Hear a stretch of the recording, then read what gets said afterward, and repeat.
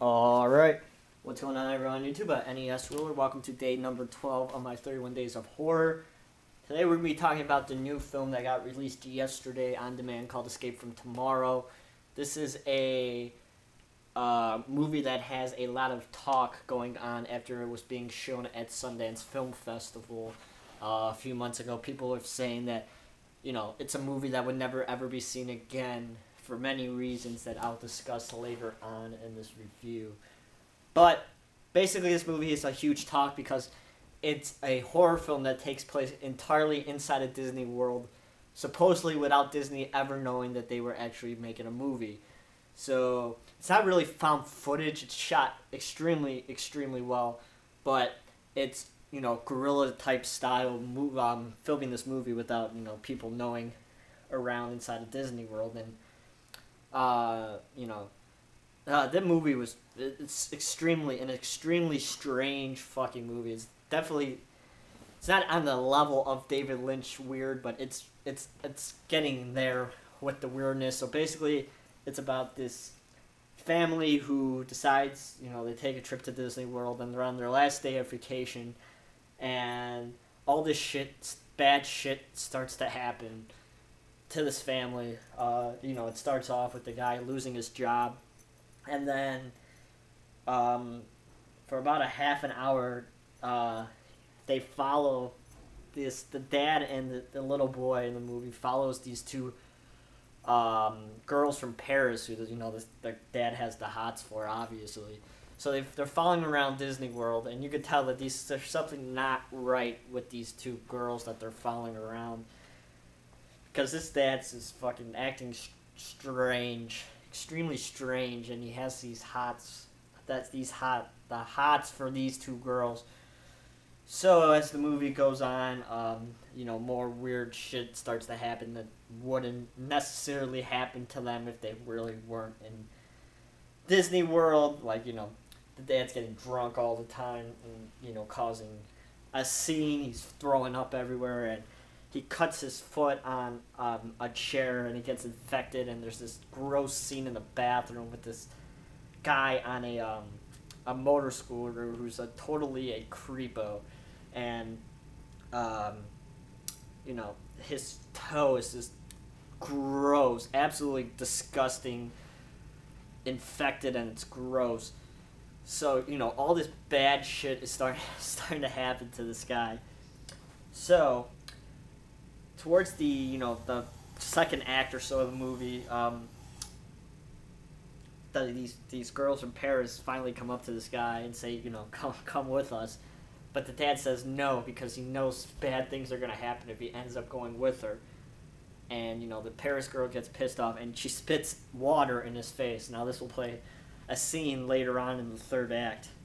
But I'm not going to spoil what happens. But after this water gets, you know, spit, this, you know, the weirdest shit, weirdest fucking shit starts to happen. He wakes up in the Epcot ball. If you guys ever know about Disney, you know, the giant ball inside of Epcot, and he gets this giant orb put over his head, and it's being controlled by this guy who works for the Seaman Company. If you guys, you know, no pun intended, there's a company called Seaman, and they advertise on the outside of the Epcot orb, and he puts this orb on that reads all his bad memories inside of his head, and it's just really just weird ass fucking trippy ass scene with this guy inside of this Epcot like orb around his head, and, you know, all the bad things that has happened over these last few days inside this theme park that no one knows that they're filming is, you know, appearing on the screen. You know, you get the girls from Paris on the screen, and him cutting his foot, and all this trippy ass shit is starting to happen. And as it finds out, the guy who's controlling, you know, this giant Epcot orb is actually, you know, a robot.